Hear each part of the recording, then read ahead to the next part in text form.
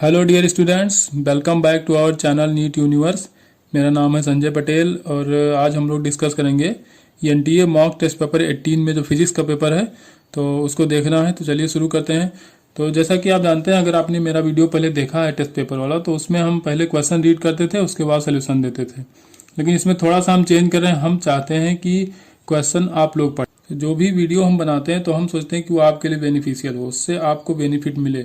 तो अब देखिए, मैं ही क्वेश्चन पढ़ूंगा, मैं ही सोल्यूशन बताऊंगा, तो हो सकता है इससे आपका कम फायदा हो। लेकिन एक बार आप जब क्वेश्चन खुद से पढ़ेंगे और आप खुद सोचेंगे क्या पूछा जा रहा है, क्या दिया हुआ है, और फिर बाद में हम तो कराएंगे ही, तो आपको अच्छे से समझ में आएगा, वो लॉन्ग टर्म तक याद रहेगा। तो आप कोशिश कीजिए कि मुश्किल से 10 सेकंड लगेगा एक क्वेश्चन को रीड करने में, तो आप क्वेश्चन को पॉज करके फिर रीड कर लीजिए, उसके बाद सोल्यूशन देखिए। तो चलिए पहला क्वेश्चन यहाँ पे शुरू करते हैं। तो पहला क्वेश्चन यहाँ पे है, यहाँ पे देखिए 3 चार्जेज हैं, -q, q एंड q, ये इक्वल डिस्टेंसेस पे रखे हुए हैं। तो इसमें कहा जा रहा है कि पोटेंशियल एनर्जी इसका 0, ये पूरा जो सिस्टम बना हुआ है 3 चार्जेस का, तो इसका जो पोटेंशियल एनर्जी है वो 0 है। तो capital Q upon small q का जो रेशियो है वो क्या होगा यहाँ पे, ठीक है। तो देखिए, अब सिस्टम का जो पोटेंशियल एनर्जी होगा, तो इन 2 चार्ज के बीच जो पोटेंशियल एनर्जी होगा प्लस इसके बीच और इसके बीच, ठीक है। तो 3 पेयर्स इसमें बनेंगे। तो पहले यहाँ पे देखते हैं। तो ये हो जाएगा k -q q upon r plus, ठीक है। अब इसके बीच देखेंगे तो देखिए, जो पोटेंशियल एनर्जी इसके बीच होगा -q है, q है इक्वल, ये डिस्टेंस r है और ये भी डिस्टेंस r है, ये भी -q है। तो जो पोटेंशियल एनर्जी इसके थ्रू होगा वही इसके थ्रू होगा। तो डायरेक्ट इसको 2 से मल्टीप्लाई करा दो, अलग से लिखने की कोई जरूरत नहीं है, ठीक है। अब क्या करेंगे, अब इसके बीच हो गया और इसके बीच हो गया। अब -q के बीच का पोटेंशियल एनर्जी देखना है, तो फिर करेंगे k -q into -q upon r। तो r कितना रखेंगे, अब इन दोनों चार्जेस के बीच का जो डिस्टेंस है वो है 2r के बराबर, ठीक है। इसको करना है 0 के बराबर। तो ये तो -q प्लस q हो जाएगा, ठीक है। तो ये पूरी वैल्यू प्लस में आ जाएगी, लेकिन ये वैल्यू माइनस में आएगी। तो बस क्या करना है, 0 के उस पार ले जाओगे तो माइनस वाला प्लस हो जाएगा। तो यहाँ लिखोगे 2k q upon r equal to k q square upon 2r। आपको capital Q upon small q का रेशियो निकालना है, ठीक है। जो कैंसिल हो रहा है उसको कैंसिल करो, स्मॉल q एक कैंसिल हो जाएगा, r से r कैंसिल हो जाएगा, k से k कैंसिल हो जाएगा, ठीक है। तो यहाँ पे q अपॉन q, ये वाला स्मॉल q इस तरफ ले आओगे तो 2 यहाँ नीचे चला जाएगा, तो ये हो जाएगा 1/4। तो रेशियो जो भी निकल के आएगा आ जाएगा 1/4 या 1:4। ये हो गया आपका question number first. Next question इसमें दिया गया है, एक अल्फा पार्टिकल है और एक प्रोटॉन है, इसको एक्सेलरेट किया जा रहा है फ्रॉम रेस्ट से, और पोटेंशियल डिफरेंस इसको दिया गया 1 मेगा इलेक्ट्रॉन वोल्ट दिया गया इसमें। लेकिन मेगा इलेक्ट्रॉन वोल्ट थोड़ा ना होगा, ये तो एनर्जी हो जाएगी, ठीक है। इलेक्ट्रॉन वोल्ट तो एनर्जी होती है, वोल्ट देना तो इसमें थोड़ी सी मिसप्रिंट है क्वेश्चन में। तो 1 मेगा इलेक्ट्रॉन वोल्ट है, जबकि 1 वोल्ट होना चाहिए, ठीक है। Then the ratio of their kinetic energy, इसमें काइनेटिक एनर्जी का रेशियो बताना है अल्फा और प्रोटॉन का, ठीक है। तो देखिए, चेंज इन काइनेटिक एनर्जी वही होता है वर्क डन। अब वर्क डन का जो फार्मूला होता था वो होता था Q इक्वल टू, ये V initial minus V final, थोड़ा सा मिस्टेक हो गया इसमें, V initial minus V final है, ठीक है। तो यहाँ पे W इक्वल टू ये होता था, और W क्या होता है, चेंज इन काइनेटिक एनर्जी। तो बस वही तो करना है। तो आपको क्या करना है, K alpha upon K proton equal to, अब देखिए अल्फा पार्टिकल में कितने चार्ज होते हैं, 2 इलेक्ट्रॉन के बराबर चार्ज होता है। अब V तो यहाँ पे V दोनों के लिए दिया था, ठीक है। 1 मेगा इलेक्ट्रॉन तो 1 अभी रख लेंगे, कोई दिक्कत नहीं है। और प्रोटॉन के लिए क्या रखोगे, चार्ज 1 होता है, ठीक, 1 इलेक्ट्रॉन का चार्ज होता है प्रोटॉन पे, ठीक है। और बस उसका साइन क्या होता है, पॉजिटिव होता है। इलेक्ट्रॉन में जितना निगेटिव चार्ज होता है, प्रोटॉन में उतना ही पॉजिटिव होता है अपॉन V, ठीक है। पोटेंशियल डिफरेंस जो भी दिया गया था तो वो सेम था दोनों के लिए, क्वेश्चन में लिखा हुआ है, आप क्वेश्चन पढ़ भी सकते हैं, ठीक है। तो ये और ये कैंसिल आउट हो जाएगा, E से E कैंसिल आउट हो जाएगा, तो जो रेशियो आएगा उसका आ जाएगा 2:1, या डायरेक्ट 2 भी लिख सकते हैं, ठीक है। तो ऑप्शन यहाँ पे C करेक्ट हो जाएगा 2। नेक्स्ट क्वेश्चन नंबर 3 है। इसमें दिया गया एक स्फेरिकल सेल है, ठीक है, कंडक्टिंग सेल है। इसमें कैपिटल Q चार्ज दिया गया इसके सेंटर पे और स्मॉल q चार्ज दिया गया इसके सरफेस पे, ठीक है। तो पोटेंशियल यहाँ पे आपसे पूछा जा रहा है r/2 डिस्टेंस पे, ठीक है। सेंटर से r/2 डिस्टेंस पे आपसे यहाँ पे पूछा जा रहा है कि पोटेंशियल कितना होगा।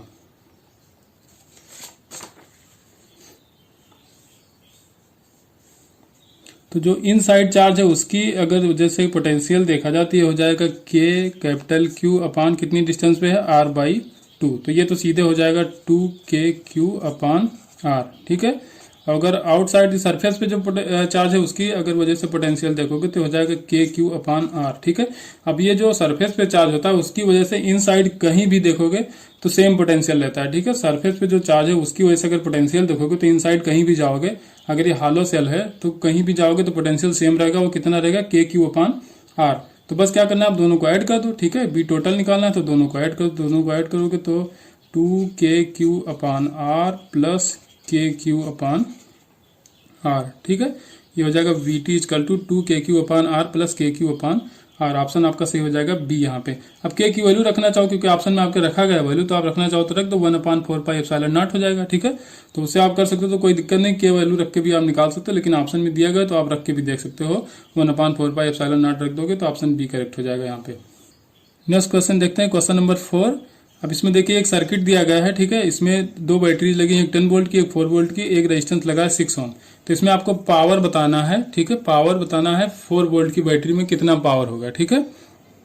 तो देखिए पहले हम लोग को करंट निकालना है, ठीक है। तो करंट निकालने के लिए क्या करेंगे, I इक्वल टू V/R करेंगे। अब V कितना होगा, देखिए 10 वोल्ट, तो ये करंट इस तरफ फ्लो कराएगी, ये 4 वोल्ट की बैटरी इस तरफ, मतलब कि अपोजिट।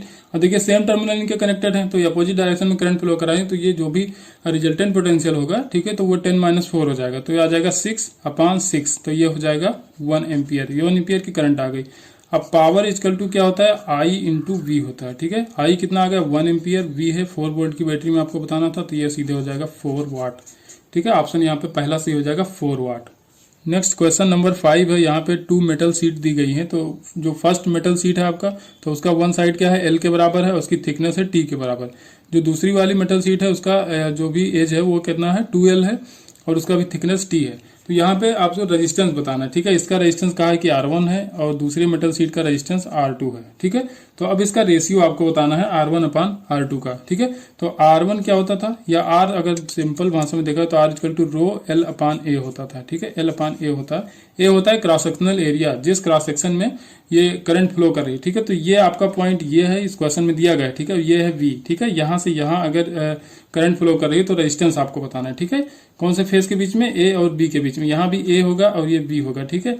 इस तरह चलना है आपको। तो लेंथ जैसे चलोगे तो जो वाली, अब ये वाली आप लेंथ लोगे, ठीक है। लेंथ ये हो जाएगा, क्रॉस सेक्शनल एरिया आपको ये लेना पड़ेगा, ठीक है। तो ये आ जाएगा आपका क्रॉस सेक्शनल एरिया, इसमें भी ये क्रॉस सेक्शनल एरिया, और लेंथ ये वाली पूरी लोगे आप, ठीक है। देखिए R1 इक्वल टू हो जाएगा, रो तो सबका सेम है क्योंकि सेम मेटल है, L, तो L इसमें रखोगे यही वाला L, ठीक है, कैपिटल L/A। अब A कितना रखोगे, लेंथ इंटू विड्थ करोगे तो क्या हो जाएगा, एरिया आ जाएगा, ठीक है। तो ये हो जाएगा LT, L इंटू T। अब इसका रखना है, ठीक है। तो इसमें भी करोगे रो L, अब L इसमें कहाँ रखोगे, क्योंकि 2L लेंथ है इसकी, तो यहाँ रखोगे 2L अपान, अब देखो इसका एरिया ये रखोगे, ये क्रॉस सेक्शनल एरिया रखोगे तो 2L इंटू T करोगे, 2L इंटू T। जो कैंसिल आउट हो रहा है उसको कैंसिल कर दो, ये आ जाएगा आपका R2 की वैल्यू, ठीक है। तो ये R1/R2 की वैल्यू निकल के आ जाएगी।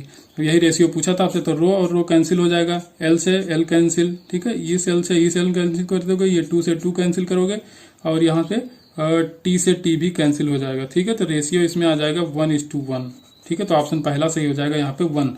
R1/R2 का जो भी रेशियो निकल के आ जाएगा वो आएगा 1। नेक्स्ट हमको देखना है क्वेश्चन नंबर 6। तो इसमें देखिए 3 इलेक्ट्रिकल सर्किट दी गई हैं, और इसमें आपको करंट का ऑर्डर बताना है कि किस ऑर्डर में करंट होगा। इसमें क्या होगा, करंट I1 होगी, ठीक है, इसमें I2 होगी और इसमें I3 होगी, ठीक है। तो तीनों करंट आपको बताना है किस ऑर्डर में अरेंज करेंगे इसको, देखिए। और T इक्वल टू 0 पे after just closing the switch, देखिए इसमें स्विच लगी है तो जस्ट क्लोज करेंगे, मतलब T इक्वल टू 0 पे आपको बताना है। तुरंत जैसे स्विच क्लोज करोगे आप, उसी इंस्टेंट पे आपको बताना है कि करंट का जो ऑर्डर होगा वो क्या होगा, ठीक है। तो देखिए एट T इक्वल टू 0 जो इंडक्टर होता है, तीनों सर्किट में इंडक्टर लगवाते हैं, इंडक्टर ओपन सर्किट की तरह बिहेव करता है, बस इसमें यही कॉन्सेप्ट है, ठीक है। इंडक्टर क्या करता है, ओपन सर्किट की तरह बिहेव करता है। तो ओपन सर्किट जब यहाँ पे हो जाएगा तब कोई करंट यहाँ पे फ्लो नहीं करेगी। तो I इक्वल टू V/R करोगे तो बैटरी का वोल्टेज V है, अगर पोटेंशियल अगर बैटरी का V है तो V/R, R हो जाएगा इन्फाइनाइट, तो ये हो जाएगा 0। तो I1 की वैल्यू आ गई 0। अब ऐसे यहाँ पे I2 देखना है, ठीक है।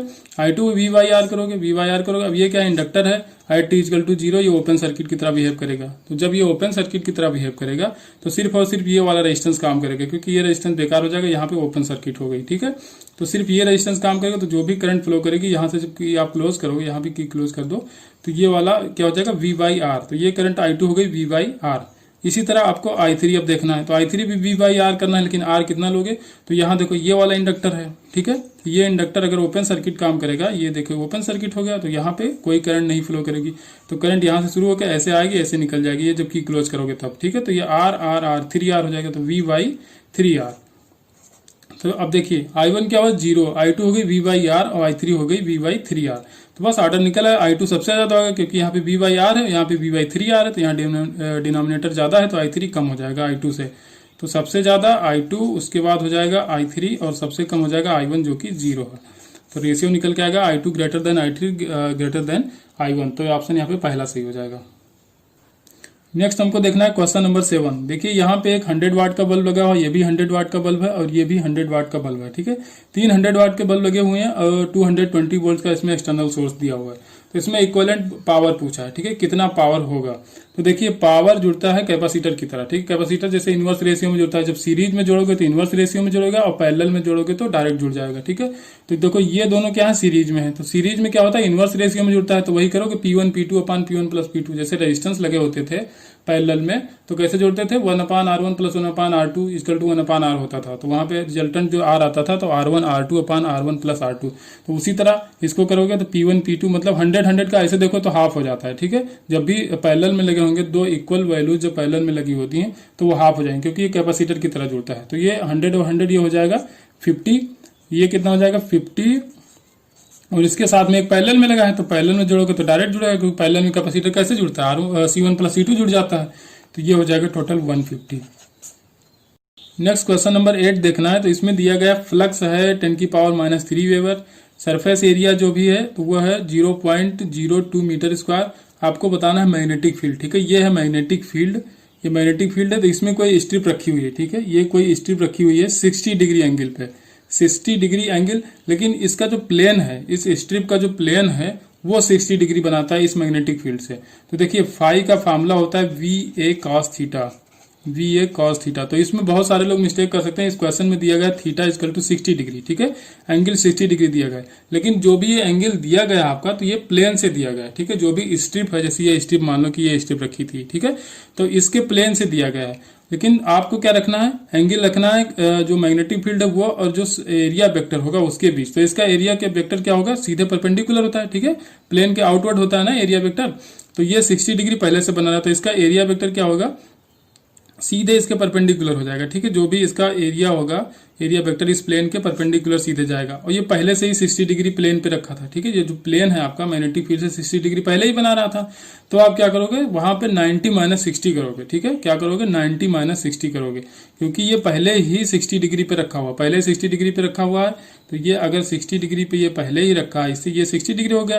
देखो ये हो गया 60 डिग्री क्योंकि ये पहले से 60 डिग्री पे रखा था। लेकिन इसका जो एरिया वेक्टर होगा इसके प्लेन के सीधे आउटवर्ड होगा। ठीक है, 90 डिग्री पे। तो टोटल कितना हो जाएगा, ये कितना बचेगा, ये आपका हो जाएगा एरिया वेक्टर और जो मैग्नेटिक फील्ड है उसके बीच का एंगल। तो ये हो जाएगा 30 डिग्री। तो यहाँ पे आपको रखना है 30 डिग्री, बस यही करना था और कुछ नहीं। क्वेश्चन में वैल्यूज रखो, आंसर आ जाएगा। V निकालना है, A की वैल्यू दिया है 0.2 और cos थीटा cos 30 की वैल्यू होती है √3/2। ठीक है, V यहाँ से निकालने जाओगे, V निकल के आएगा 0.058 टेस्ला। ठीक है, ये आप लोग कैलकुलेट कर लेना, इतना ही निकल के आएगा। तो ये ध्यान रखना है जब भी इस तरह का क्वेश्चन दिया जाए तो प्लेन से एंगल दिया लिख देता है ना उसमें प्लेन से, लेकिन एंगल आपको रखना कहाँ, इस फार्मूले से आप देख सकते हो। इसमें एंगल आपको रखना है V और A के बीच में, मतलब एरिया वेक्टर और मैग्नेटिक फील्ड की डायरेक्शन के बीच का एंगल रखना है, ना कि जो स्ट्रिप रखा है उसके प्लेन का एंगल रखना। बस इतना ध्यान रखना, जब भी प्लेन लिखते तो आप 90 से माइनस कर लेना। नेक्स्ट क्वेश्चन नंबर 9 है। तो इसमें कहा गया है कि कोई डिप निडल है तो वाइब्रेट कर रही है। पहले वो वर्टिकल प्लेन में वाइब्रेट कर रही है तो परपेंडिकुलर होगा मैग्नेटिक मेरिडियन के, तब उसका होता है जो टाइम पीरियड आता है वो 2 सेकंड का आता है। और दूसरी बार वही मैग्नेटिक निडल अगर हॉरिजॉन्टल डायरेक्शन में वाइब्रेट कर रही है, ठीक है, तो उसका टाइम पीरियड अगेन वही 2 सेकंड ही आता है। तो आपको बताना है कि एंगल ऑफ डिप कितना होगा। ठीक है, एंगल ऑफ डिप आपको बताना है यहाँ पे। ठीक है, तो मैग्नेटिक फील्ड में जो भी टाइम पीरियड होता है तो उसका एक जो फार्मूला निकल के आता है होता है T = 2πI/mvv। ठीक है, अगर वर्टिकल प्लेन में वाइब्रेशन हुआ तो mvv करोगे, हॉरिजॉन्टल में हो तो vh कर दोगे। ठीक है, vh मतलब हॉरिजॉन्टल डायरेक्शन की जो भी हॉरिजॉन्टल कंपोनेंट होगा मैग्नेटिक फील्ड का वो हो जाएगा, और vv हो जाएगा अर्थ मैग्नेटिक का जो वर्टिकल कंपोनेंट होता है वो हो जाता है। ठीक है, तो मैं आपको अगर दिखाना चाहूँ यहाँ पे तो ये हो गया। अब देखिए यहाँ पे कोई ये डिप एंगल है। ठीक है, ये कोई डिप निडल है, सॉरी ये डिप निडल है। तो अब देखिए अगर थीटा बना रही तो ये हो जाएगा VH, मतलब ये हॉरिजॉन्टल कंपोनेंट हो जाएगा तो ये हो जाएगा आपका V cos थीटा, और ये वर्टिकल कंपोनेंट हो जाएगा V sin थीटा। ठीक है, V sin थीटा, इसको बोलेंगे आप VH। ठीक है। तो जब अब देखिए टाइम पीरियड सेम कब होगा, जब वीवी और वीएच सेम होगा, क्योंकि बाकी सारी चीजें तो सेम होंगी, आई भी सेम होगा, एम भी सेम होगा, जब सेम मैग्नेट है तो सेम होगा, ठीक है। और टी भी सेम कर रहा है तो बस क्या होना चाहिए, वीवी और वीएच भी सेम ही होना चाहिए, बस इन दोनों को इक्वल कर दो। और वैसे भी देखो अगर कॉस और साइन में देखा जाए तो सिर्फ 45 की वैल्यू होती है जो दोनों एंगल की सेम होती है, मतलब 45 रखोगे तो साइन 45 रखो या कॉस 45 रखो, सीधा 1/√2 ही आता है। तो वो आप ओरली भी लगा सकते हैं, लेकिन अगर इसको सॉल्व करना चाहो तो वीवी इक्वल टू वी एच जब करोगे तो हो जाएगा वी वी की जगह क्या रखोगे, वी साइन थीटा, ठीक है, वी साइन थीटा, इधर रखोगे V cos theta B H की जगह पे, ठीक है। तो यहाँ पे V V by V H करोगे तो ये क्या हो जाएगा, वी साइन थीटा, जब आप करोगे यहाँ पे V V upon V H, ठीक है, तो ये हो जाएगा टेन थीटा, ठीक है। अब V V by V H की वैल्यू, दोनों की वैल्यू जब सेम हो जाएगी, ठीक है, तो दोनों की वैल्यू सेम तो हो जाएगा 1, तो टेन थीटा इजकल टू 1, तो थीटा इजकल टू हो जाएगा 45 डिग्री। तो यहाँ से भी आप देख सकते हो, लेकिन आसान तो वही था कि दोनों वैल्यूज कब सेम होते हैं, जब 45 डिग्री होता है, तो वहीं से आप सॉल्व कर सकते हो, इसकी जरूरत ही नहीं थी। अब क्वेश्चन नंबर 10 है, यहाँ पे एक स्क्वायर लूप दिया गया है जिसका साइड है एल, ठीक है। अब इसको बताना है मैग्नेटिक फील्ड कितना होगा इसके सेंटर पे, तो ये चारों जो भी साइड होंगे उनकी वजह से जो भी मैग्नेटिक फील्ड होगा यहाँ पे नेट आ जाएगा, लेकिन किसी एक का निकाल लो, बाकी 4 से मल्टीप्लाई करा देंगे, टोटल मैग्नेटिक फील्ड आ जाएगी आपकी, ठीक है। तो एक साइड का हम निकाल रहे हैं तो म्यू0 अपान 4 पाई, और डिस्टेंस कितना रखेंगे, यहाँ से यहाँ जाओगे तो ये यहाँ से यहाँ चलो, चाहे यहाँ से यहाँ जाओ तो ये कितना हो जाएगा L/2, क्योंकि टोटल ये L है, तो यहाँ रख दिए L/2। और ये यहाँ पे करते हैं हम साइन θ1 प्लस θ2, लेकिन जब दोनों थीटा सेम ही है 45 है तो सीधे रख दो 2 साइन 45, ठीक है, कोई दिक्कत नहीं, इसको यहाँ पे रख लो। उसके बाद करोगे जब टोटल निकालना है मैग्नेटिक फील्ड आपको, तो यहाँ क्या करोगे 4 से मल्टीप्लाई करा लो, 4 से मल्टीप्लाई कराओगे तो ये हो जाएगा म्यू0 I upon 4 pi L/2 into 2, और साइन 45 की वैल्यू 1/√2, ठीक है, ये 2 ऊपर चला जाएगा, ठीक है। तो आपको बताना है कि एल पे किस तरह डिपेंड करेगा, ठीक है। तो बाकी तो देखिए सारी चीजें इसमें कांस्टेंट दिख रही हैं, मुझे तो सारी चीजें कांस्टेंट दिख, 4 भी कांस्टेंट, म्यू0 भी कांस्टेंट, 4 पाई भी कांस्टेंट, आई भी कांस्टेंट, और ये √2 और √2 तो कैंसिल ही हो जाएगा, ठीक है। तो आपको क्या करना है, T inversely proportional to L हो जाएगा यहाँ पे, ठीक है, एल नीचे है, तो बस यही बताना था कि एल से कैसे डिपेंड करता है मैग्नेटिक फील्ड जो भी निकल के आएगा। तो यहाँ पे ऑप्शन सी है आपका, इनवर्सली प्रोपोर्शनल टू एल हो जाएगा सीधे, बस और कुछ नहीं करना है इसमें। नेक्स्ट क्वेश्चन नंबर 11 है, इसमें कहा गया है कि डी ब्रॉगली वेवलेंथ λ0 है प्रोटॉन के लिए, अगर उसको एक्सेलरेट किया जा रहा है 100 वोल्ट से, तो de Broglie wavelength alpha particle के लिए कितना होगा जब सेम एक्सेलरेशन दिया जाए, उसको सेम 100 वोल्ट से एक्सेलरेशन दिया जाए तो कितना होगा, ठीक है। सीधे लिखो आप lambda alpha upon lambda P equal to, यही वाला फार्मूला लगाओ, h अपान √2 mk, के की वैल्यू क्या रखोगे, q इंटू वी रख दोगे, ठीक है। काइनेटिक एनर्जी तो रखनी है, तो काइनेटिक एनर्जी अगर चार्ज q है, पोटेंशियल v है, तो q भी हो जाता है, ठीक है। यहाँ पे रखोगे h अपान 2, अल्फा पार्टिकल का कितना मास होता है 4 mp के बराबर होता है, प्रोटॉन के मास के 4 गुना होता है, इंटू के, अब के क्या रखोगे, q इंटू वी रखोगे, तो चार्ज कितना होता है 2 इलेक्ट्रॉन के बराबर, तो यहाँ पे लिख दो 2e, और पोटेंशियल 100 वोल्ट रखा जाएगा, ठीक है, अपान h अपान, फिर देखो प्रोटॉन का यहाँ पहले 2 तो रखोगे, मास कितना रखोगे, प्रोटॉन का मास रखोगे, इंटू चार्ज, प्रोटॉन पे 1 इलेक्ट्रॉन के बराबर चार्ज होता है, इंटू 100 रखोगे, क्योंकि 100 वोल्ट दोनों के लिए कहा गया है क्वेश्चन में, ठीक है। अब जो कैंसिल आउट हो रहा है कैंसिल करो, h कैंसिल हो जाएगा, 2 से 2 कैंसिल हो जाएगा, mp से mp कैंसिल हो जाएगा, इलेक्ट्रॉन से इलेक्ट्रॉन कैंसिल हो जाएगा, 100 से 100 कैंसिल हो जाएगा, तो यहाँ पे क्या बचेगा 4 इंटू 2, तो ये बचेगा √8, तो अल्फा लैम्डा अपान लैम्डा पी क्या कहा था, λ0 के बराबर है, क्वेश्चन में ये बताया गया था आपको, 1/√8 की वैल्यू आएगी 1/2√2, ठीक है। तो सीधे यहाँ से अल्फा निकालना चाहो तो ये λ0 जो है वो ऊपर चला जाएगा, तो यहाँ पे सीधे अल्फा जो भी लैम्डा अल्फा निकल के आएगा वो जाएगा λ0 अपान 2√2, ठीक है। ऑप्शन सही हो जाएगा यहाँ पे सी, लैम्डा अपान 2√2। तो सिंपल क्वेश्चन है, बस इसमें कुछ करना नहीं, ये हम सारा चीजें पढ़ा चुके हैं, जब फोटो इलेक्ट्रिक इफेक्ट हमने बनाया था वीडियो, तो ये सब कुछ बताया था, और शॉर्टिंग भी बताई थी वहां पे कि क्या क्या यूज किया जा सकता है, तो अगर आपने नहीं देखा है तो उसको देख सकते हैं। मूव करते हैं क्वेश्चन नंबर 12 पे। क्वेश्चन नंबर 12 है, यहाँ पे 2 प्रोटॉन्स हैविंग, ठीक है, बस क्वेश्चन में इतना ही, बाकी ऑप्शन में देखना है। Equal wavelength have equal linear momentum, equal energies have equal linear momentum, या equal frequencies have equal linear momentum, या लास्ट ऑप्शन दिया है इक्वल लीनियर मोमेंटम है इक्वल वेवलेंथ। तो देखिए अब यहाँ पे जो आपके एनटीए में एक्सप्लेन किया गया है, तो उसको lambda equal to h upon P देके एक्सप्लेन किया गया है, ठीक है, लेकिन ये गलत है। क्यों गलत है, क्योंकि ये होता है मास, जो कोई मास होता है जिस पार्टिकल के, जैसे इलेक्ट्रॉन हो गया, प्रोटॉन हो गया, तो उसको एक्सप्लेन करने के लिए ये यूज होता है। ठीक है, मैटर वेव में ये फार्मूला आता है lambda equal to H upon P. जो भी वेवलेंथ का फार्मूला आता है ये मैटर वेव में आता है lambda equal to H upon P, जब पार्टिकल नेचर होता है। ठीक है, अब देखिए जब फोटान के लिए आप पढ़ोगे तो फोटान के लिए जो भी फार्मूला होता है E equal to P into C होता है। ठीक है, ई होती है एनर्जी, पी होता है मोमेंटम और सी होता है यहाँ पे स्पीड ऑफ लाइट। तो इससे आप जब निकालने जाओगे तो यहाँ पे पी इक्वल टू क्या हो जाएगा, ई अपान सी हो जाएगा। ई की वैल्यू क्या रख सकते हो फोटान के लिए, एच सी अपान लैम्डा रख सकते हो। ठीक है, और सी है पहले से ही, तो सी सी कैंसिल हो जाएंगे, तो क्या बचेगा फोटान, ये जो आपका मोमेंटम रहेगा वो हो जाएगा एच अपान लैम्डा। तो यहां से एक्सप्लेन होता है फोटान का जो भी लैम्डा होता है। ठीक है, ये जो होता है lambda equal to H upon P, ये पार्टिकल नेचर के लिए होता है, जिसका ये कितना, ये किसके लिए होता है, ये मासलेस पार्टिकल के लिए होता है। ठीक है, E equal to P C, ये मासलेस पार्टिकल के लिए होता है। फोटान क्या होता है, रेस्ट मास क्या होता है फोटान का, जीरो होता है, तो वो फोटान के लिए ये फार्मूला यूज होता है। लेकिन इसमें एक्सप्लेन किया गया इसको लेके। अब देखिए जो ऑप्शन आपके आ रहे हैं, इक्वल वेवलेंथ है इक्वल लीनियर मोमेंटम। देखिए वेवलेंथ अगर इक्वल हो जाए तो लीनियर मोमेंटम इक्वल होगा, ये कोई जरूरी नहीं, क्योंकि इसका डायरेक्शन अलग हो सकता है। ठीक है, मैग्नीट्यूड तो सेम होगा लेकिन डायरेक्शन कुछ चेंज हो सकता है, तो ये गलत हो सकता है। ठीक है, जो एकदम करेक्ट आंसर है उसको आपको देखना है। बी ऑप्शन है इक्वल एनर्जी है इक्वल लीनियर मोमेंटम। ठीक है, यहां से देखो लीनियर मोमेंटम क्या है, इक्वल एनर्जी हो तो इक्वल लीनियर मोमेंटम होगा, ये भी नहीं डिफाइन कर सकते आप। ठीक है, क्योंकि इसमें भी डायरेक्शन वाला फड़ा फंसेगा। और सी ऑप्शन में जाओगे इक्वल फ्रीक्वेंसी, अगर फ्रीक्वेंसी के फॉर्म में देखना है तो यही एनर्जी का फ्रीक्वेंसी के फॉर्म में रख लो, तो एच न्यू होता है। ठीक है, एनर्जी क्या होता है फोटान के, एच न्यू अपान सी हो जाएगा। ठीक है, तो फिर से वही यहाँ पे भी वही कि अगर कहा गया फ्रीक्वेंसी सेम हो तो मोमेंटम सेम होगा, तो फिर से क्या हो सकता है, इसमें डायरेक्शन वाला दिक्कत हो सकती है। लास्ट ऑप्शन है इक्वल लीनियर मोमेंटम, जब लीनियर मोमेंटम ही इक्वल कर देगा तो वेवलेंथ तो इक्वल होना ही पड़ेगा। जब इसको इक्वल कर देगा तो लैम्डा तो इक्वल होना ही पड़ेगा। क्यों, क्योंकि इसकी डायरेक्शन कोई भी होगी वो फिक्स कर देगा, तो अब एच में कोई चेंज थोड़ा ना कर सकते हैं, तो लैम्डा क्या हो जाएगा, वो फिक्स हो जाएगा। तो इसलिए इसको आप कह सकते हो कि इक्वल लीनियर मोमेंटम अगर है तो इक्वल वेवलेंथ होगी। और प्लीज ये वाला फार्मूला आप लोग जब भी लगाए तो मैटर वेव में लगाइए, और फोटान के लिए ये फार्मूला लगाइए E equal to P into C. ये हमने जब पढ़ाया था फोटो इलेक्ट्रिक इफेक्ट तो वहां पे बहुत अच्छे से एक्सप्लेन किया था एक एक चीज। नेक्स्ट क्वेश्चन नंबर 13 है इसमें, तो इसमें क्या कहा, हैवी वाटर जो होता है तो वो किस लिए यूज होता है। ठीक है, हैवी वाटर यूज किया जाता है न्यूक्लियर रिएक्टर में, तो किस लिए यूज किया जाता है, तो बस इसमें ऑप्शन लास्ट आपका सही हो जाएगा, to slow down the neutron thermal energy. जो भी थर्मल एनर्जी होती है उसको कंट्रोल करने के लिए हैवी वाटर का यूज किया जाता है न्यूक्लियर रिएक्टर में। ठीक है, तो बस ये कॉन्सेप्चुअल क्वेश्चन था। अब बढ़ते हैं क्वेश्चन नंबर 14 की तरफ।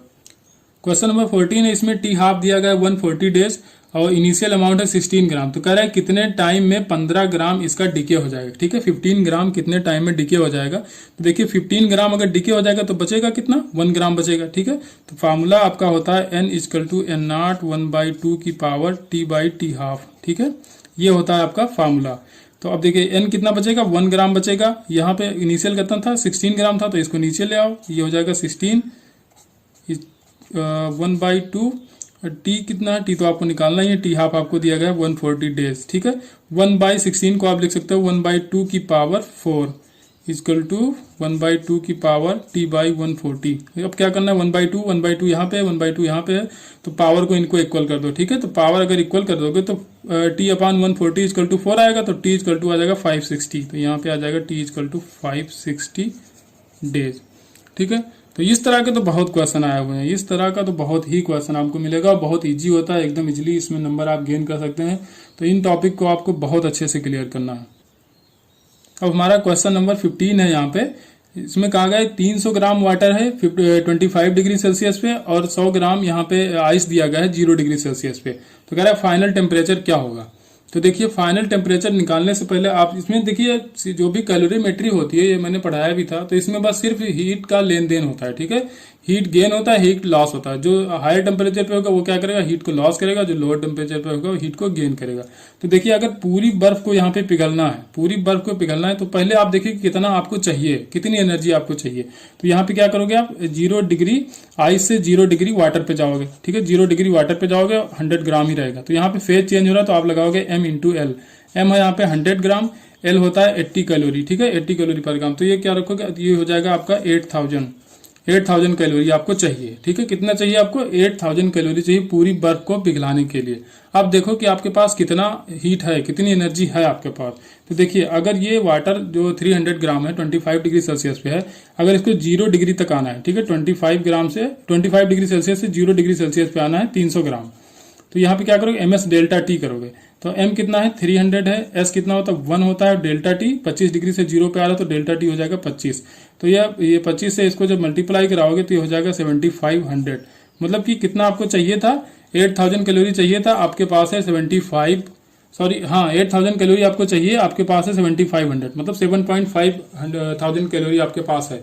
मतलब जितनी एनर्जी चाहिए तो उतनी नहीं है। तो इसका मतलब ये है कि पूरी बर्फ नहीं पिघलेगी। लेकिन क्वेश्चन में ये पूछा नहीं गया आपको कि कितनी बर्फ पिघलेगी, ठीक है। तो कोई मतलब वो भी हम निकाल सकते थे, कितनी बर्फ पिघलेगी, कितना पानी रहेगा, कितना बर्फ रहेगा, सब कुछ निकाल सकते हैं, लेकिन कोई जरूरत नहीं है।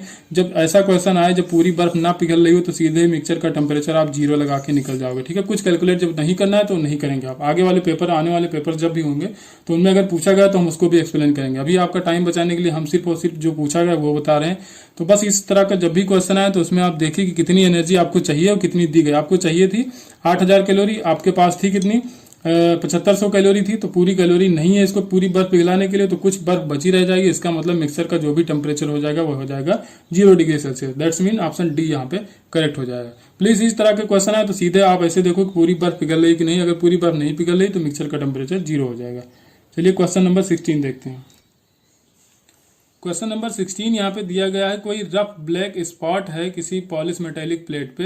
तो कह रहा है अगर उसको हीट किया जाए 1400 केल्विन से, ठीक है, 1400 केल्विन से अगर उसको हीट किया जाए तो अब आपको ऑप्शन दिया गया है कि इसमें क्या हो सकता है। तो ऑप्शन पहला है in comparison with the plate the spot will shine more, ठीक है। तो ये ऑप्शन एकदम सही है। अब इसको हम एक्सप्लेन करते हैं। देखिए, अब जो भी ब्लैक स्पॉट होता है तो ब्लैक बॉडी आपको पता है कि अच्छा एब्जॉर्बर होती है। तो जो जितना अच्छा एब्जॉर्बर होता है वो उतना ही अच्छा इमीटर भी होता है, ठीक है। तो जब डार्क रूम में फिर से ले जाओगे उसको हीट करने के बाद तो पहले तो वो लाइट एब्जॉर्ब किया होगा, ठीक है, जो टेम्परेचर है उसको एब्जॉर्ब किया होगा। उसके बाद में क्या होता है, रेडिएशन छोड़ने लगता है। जो जितना अच्छा एब्जॉर्बर होता है उतना ही अच्छा इमीटर भी होता है। तो वो लाइट को इमिट करेगा, तो डार्क रूम में ले जाओगे तो वही वाला ब्लैक स्पॉट दिखेगा आपको, ठीक है। तो in comparison with the plate the spot will shine more, जो भी ब्लैक स्पॉट था तो वो डार्क रूम में सबसे ज्यादा चमकेगा।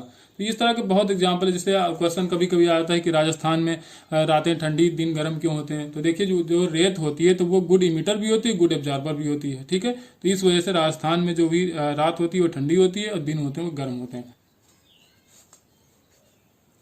नेक्स्ट क्वेश्चन नंबर 17 है। यहाँ पे टेम्परेचर ग्रेडियंट आपको दिया गया है 0.5 मीटर लॉन्ग रॉड का 80 डिग्री सेल्सियस पर metre. If the temperature of the hotter end, इसमें हॉटर इन जो टेम्परेचर उसका 30 डिग्री सेल्सियस है, ठीक है। तो आपसे पूछा गया कि कूलर एंड का टेम्परेचर कितना होगा। तो टेम्परेचर ग्रेडियंट जो होता है तो उसको हम लिखते हैं dt बाई डी एक्स है, ठीक है।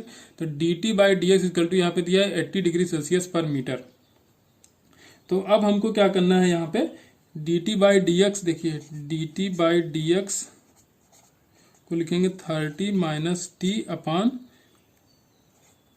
0.5, ठीक है। लेंथ कितनी है इसकी 0.5 है। बस इसका वैल्यू आपको दिया गया है, कितना दिया गया है, ये दिया आपको 80 दिया गया है। बस इससे आपको टी कैलकुलेट करना है। टी यहाँ से आ जाएगा -10 डिग्री सेल्सियस, ठीक है। -10 डिग्री सेल्सियस यहाँ से निकल के आ जाएगा। नेक्स्ट क्वेश्चन नंबर 18 है। तो देखिए, कोई पाइप है यहाँ पे, तो इसमें नॉन विस्कस फ्लूइड कोई फ्लो कर रहा है, ठीक है। कोई नॉन विस्कस फ्लूइड है जो इसमें फ्लो कर रहा है। ABC3 इसमें ट्यूब कनेक्ट की गई है। तो इसका आपको जो इसका रेडियस है वो 2 सेंटीमीटर, इसका रेडियस 1 सेंटीमीटर, इसका रेडियस 2 सेंटीमीटर, ठीक है। ए और सी का रेडियस सेम है, 2 सेंटीमीटर 2 सेंटीमीटर। बी का रेडियस 1 सेंटीमीटर है। तो अब इसमें बताना है कि कितनी हाइट तक राइज करेगा और किसमें सेम हाइट तक राइज करेगा, किस ट्यूब में सेम हाइट तक राइज करेगा, किसमें सेम हाइट तक नहीं करेगा। तो देखिए, अगर यहाँ पे देखा जाए तो ये क्रॉस सेक्शन पाइप का, ये क्रॉस सेक्शन दोनों सेम है, ठीक है। तो यहाँ पे जो भी वेलोसिटी होगी VA और जो VC, तो ये दोनों वेलोसिटी सेम होगी। वेलोसिटी सेम होगी तो यहाँ पे प्रेशर भी सेम होगा। तो वेलोसिटी सेम है, प्रेशर भी सेम है, और यहाँ पे जो इसका रेडियस है या डायमीटर जो भी है तो इनका वो भी सेम है। तो इन दोनों ट्यूब में ए और सी में, ठीक है, सेम हाइट तक राइज करेगा। जो भी लिक्विड होगा वो सेम हाइट तक राइज करेगा। बी में कुछ अलग होगा। अब कितना होगा वो बात की बात है। जो आपसे ऑप्शन में पूछा गया सिर्फ उसको मैच कराना है। तो ऑप्शन डी यहाँ पे है, height of the liquid in the tube A and C is the same. Next question number 19 है, an object will continue moving uniformly until, ठीक है।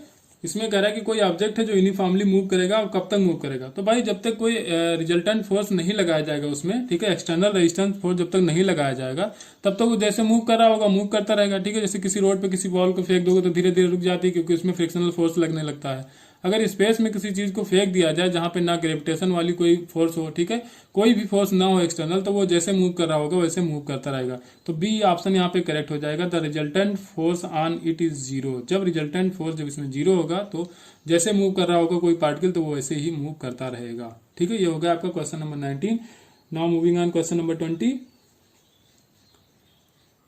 इसमें दिया गया है कि कोई गैस है किसी कंटेनर में, उसको हीट किया जा रहा है 25 degree Celsius to 90 degree Celsius तक। ठीक है, मतलब टेम्परेचर बढ़ाया जा रहा है। तो डेंसिटी पे क्या फर्क पड़ेगा, उस गैस की डेंसिटी पे क्या फर्क पड़ेगा। तो देखिए डेंसिटी क्या होता है, मास बाई वॉल्यूम होता है। तो टेम्परेचर बढ़ाने पे, ठीक है, अगर टेम्परेचर आप बढ़ा रहे हो तो किसी आप क्लोज कंटेनर में है, कोई भी क्लोज कंटेनर, जैसे ये क्लोज कंटेनर है, अब इसमें टेम्परेचर बढ़ाओगे तो ना इसका वॉल्यूम बढ़ जाएगा ना इसका मास बढ़ जाएगा। कोई भी गैस होगी, गैस की बात कर रहे हैं हम, तो इसके कंटेनर की बात नहीं कर रहे हैं।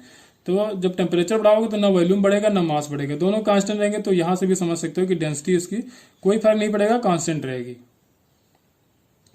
अगर फार्मूला से आप देखना चाहो तो पीबी इक्वल टू एनआरटी होता है, तो एन क्या होता है, डब्ल्यू अपान एम होता है। ठीक है, मास बाई मॉलिक्यूलर वेट। तो डब्ल्यू अपान वी करोगे तो ये हो जाएगा आपका जो डेंसिटी निकल के आ जाएगी हो जाएगा रो। ठीक है, तो ये हो जाएगी रो इक्वल टू, अब यहाँ से एम, ये जो मॉलिक्यूलर वेट वाला एम है इसको ऊपर ले जाओगे तो पीएम अपान आरटी हो जाएगा, ये हो जाएगा पीएम अपान आरटी।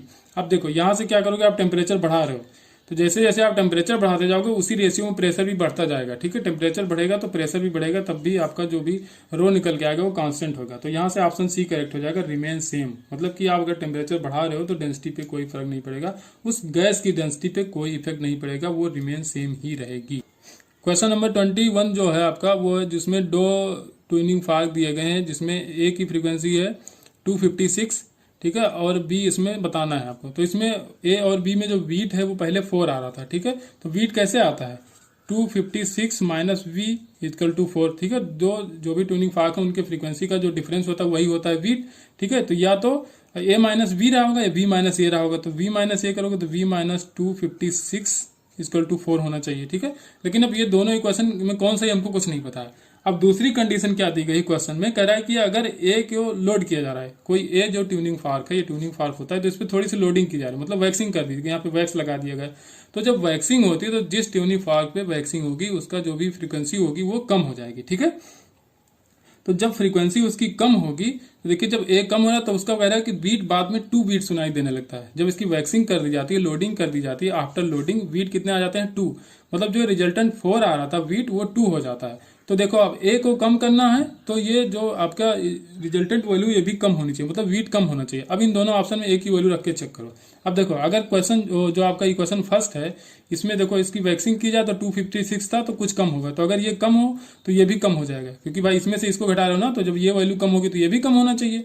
तो ये इक्वेशन आपका फॉलो कर जाएगा, यही आपका वैल्यू रख के चेक कर लेना, बस इसी से आपका आंसर निकल आएगा। अब इसको चेक करिए ये सही होगा कि नहीं। तो देखो अगर आप वैक्सिंग कर रहे हो ए की, तो ए की फ्रीक्वेंसी कम होगी, तो जब ये कम होगा तो ये बढ़ जाएगा, क्योंकि इसको आप घटा रहे हो ना। जैसे माना ये 100 था, इसमें से कुछ घटा रहे हो इसको, तो ये 4 आ रहा है। लेकिन जब ये वैल्यू कम हो रही तो मतलब कम चीज घटा रहे हो तो ये वैल्यू ज्यादा आनी चाहिए। ठीक है, लेकिन यहाँ पे ज्यादा नहीं आना चाहिए, कम, तो ये हो जाएगा गलत। इसके हिसाब से ज्यादा आना चाहिए, मतलब वीट बढ़ जानी चाहिए, लेकिन वीट घट रही है, बाद में लोडिंग के बाद वीट घट रही है, इसलिए ये इक्वेशन फॉलो नहीं करेगा। पहला इक्वेशन फॉलो करेगा, उसको जब सॉल्व करोगे तो वी इक्वल टू वी इधर ले जाओ, माइनस से प्लस हो जाएगा, 4 यहाँ पे माइनस हो जाएगा, आ जाएगा 252।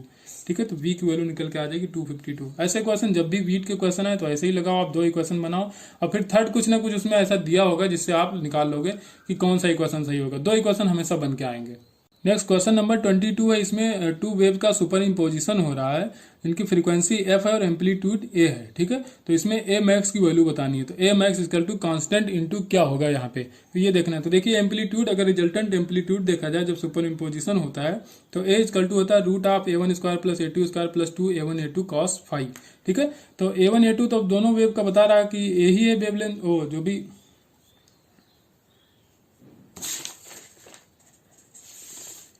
देखिए a1 a2 दोनों का एम्पलीट्यूड जब सेम है तो दोनों को हमने a रख दिया। ठीक है, तो यहाँ से a जब कैलकुलेट करोगे तो ये आ जाएगा आपका यहाँ पे 2a स्क्वायर और ये भी 2a स्क्वायर cos फाइव हो जाएगा। ठीक है, तो 2a स्क्वायर कॉमन ले लोगे तो 1 प्लस cos फाइव आ जाएगा यहाँ पे। ठीक है, थोड़ा सा इसको और सिंप्लीफाई, इसको हम डायरेक्ट भी लिख सकते थे लेकिन आपको बता दे रहे हैं, शायद आपको याद रहे ये हमेशा के लिए। तो 1 प्लस, अब cos अल्फा की वैल्यू आप लिख सकते हो 2 cos स्क्वायर 5/2 cos 5 की वैल्यू, सॉरी cos 5 की वैल्यू आप लिख सकते हो 2 cos स्क्वायर 5/2 माइनस 1। ठीक है, इसको ऐसा लिखा जा सकता है। तो अब यहाँ पे देखो -1 +1 ये कैंसिल हो जाएगा, यहाँ पे 2 बचा रहेगा, ये भी 2 है।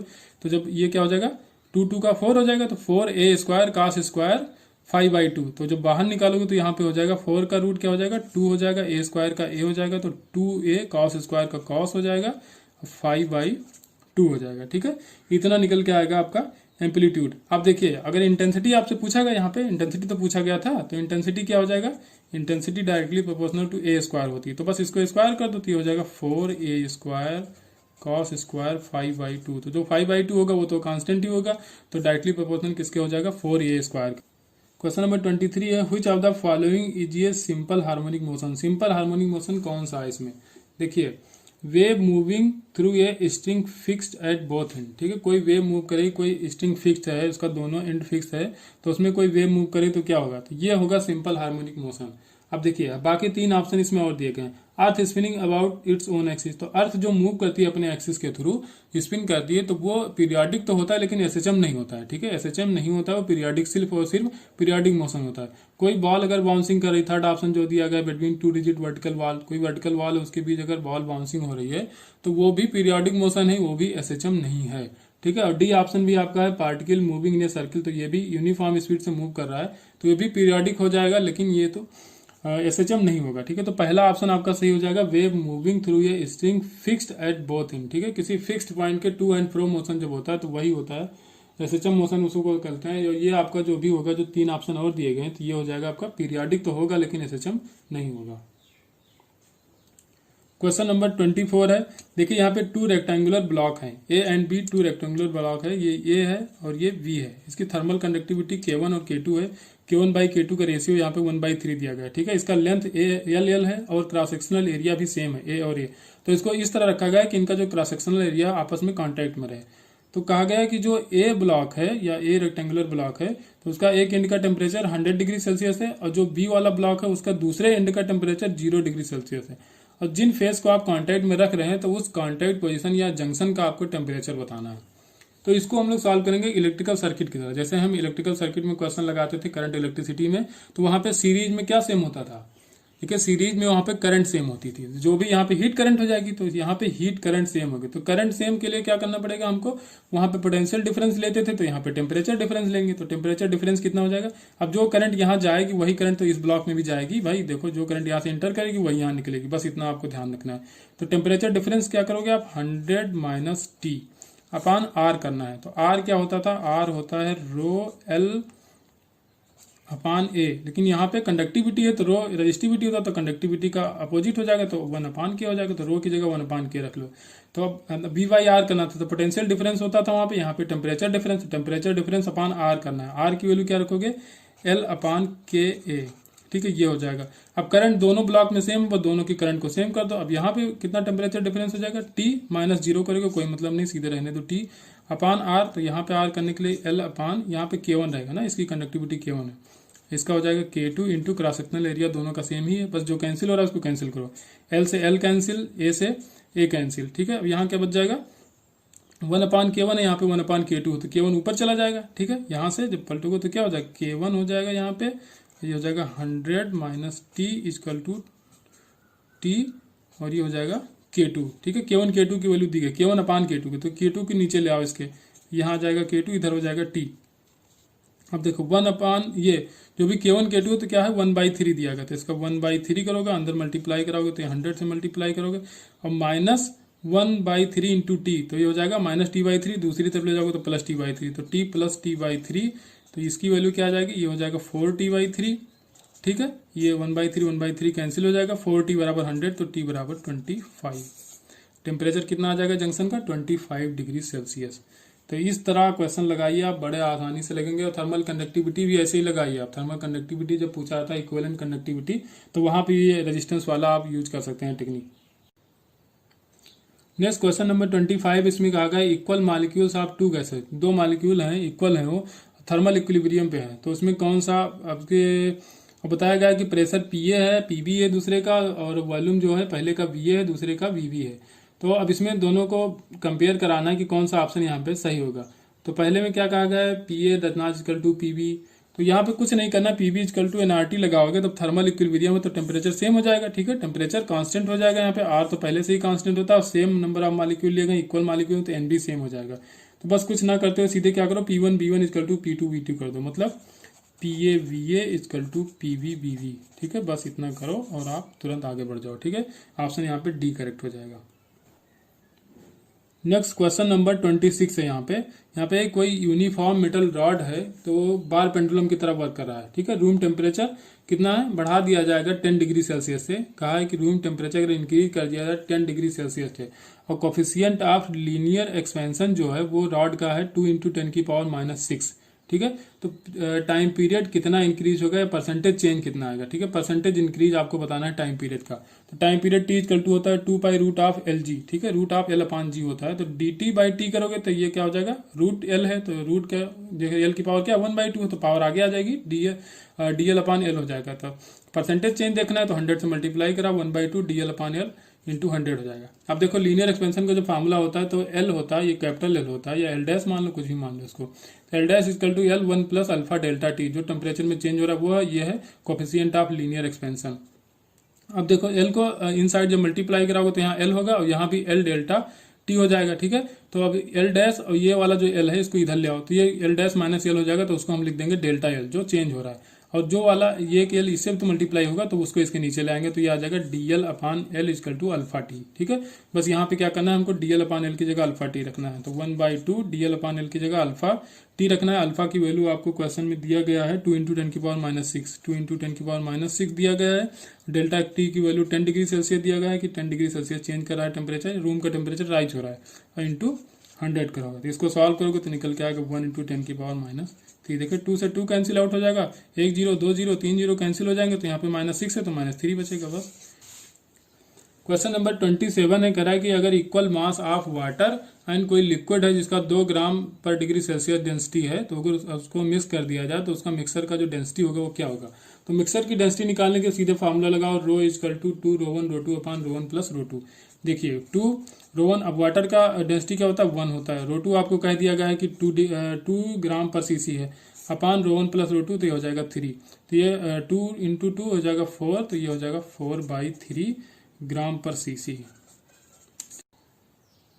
नेक्स्ट क्वेश्चन नंबर 28 है, यहाँ पे आपसे फोर्स पूछा गया, कोई ये डिस्क है और इसका रेडियस है 5 सेंटीमीटर, तो इस डिस्क को ऊपर पुल करने के लिए कितना फोर्स लगाना पड़ेगा। आपको सरफेस टेंशन दिया गया है 75 डाइंस पर सेंटीमीटर।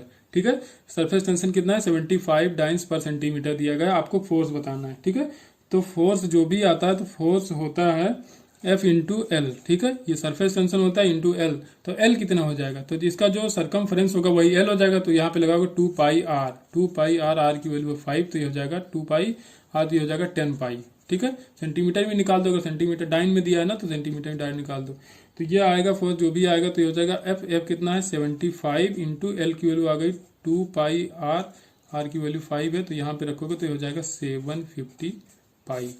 कितना निकल के आएगा 750 पाई, फोर्स डाइन में दिया तो डाइंस में ही आएगा। ठीक है, ये हो जाएगा डाइंस, तो 750 पाई डाइंस।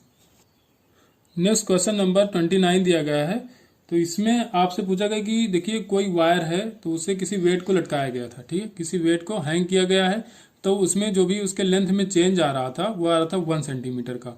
ठीक है, अब बाद में वायर को चेंज कर दिया गया और दूसरे वायर को लगाया गया जिसका डायमीटर हाफ है, पहले वाले वायर से जिसका डायमीटर हाफ है, और वेट सेम लटकाया गया, तो उसमें L कितना होगा, कितना लेंथ में चेंज होगा, कितना उसमें खिंच जाएगी लंबाई उसकी, वो आपको बताना है। ठीक है, तो L इक्वल टू होता है FL/AY, या गामा इक्वल टू आपने पढ़ा होगा F/A/L/L।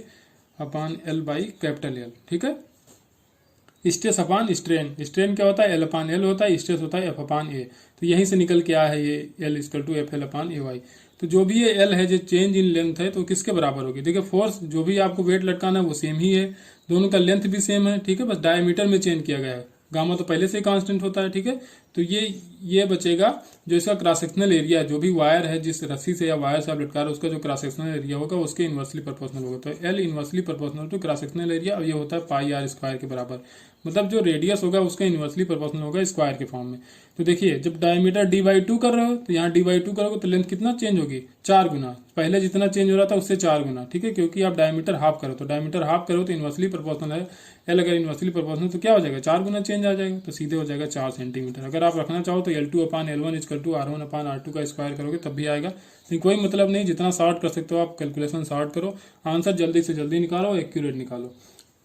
क्वेश्चन नंबर 30 में कहा गया है कि कोई प्लेनेट है जिसका डायमीटर और मास दोनों ट्वाइस है, किसके, अर्थ से दोनों का डबल है, मास भी डबल है और डायमीटर भी डबल है। तो आपसे बताना कि एक्सेलरेशन ड्यू टू ग्रेविटी उस सरफेस पे क्या होगा, उस प्लेनेट के सरफेस पे क्या होगा।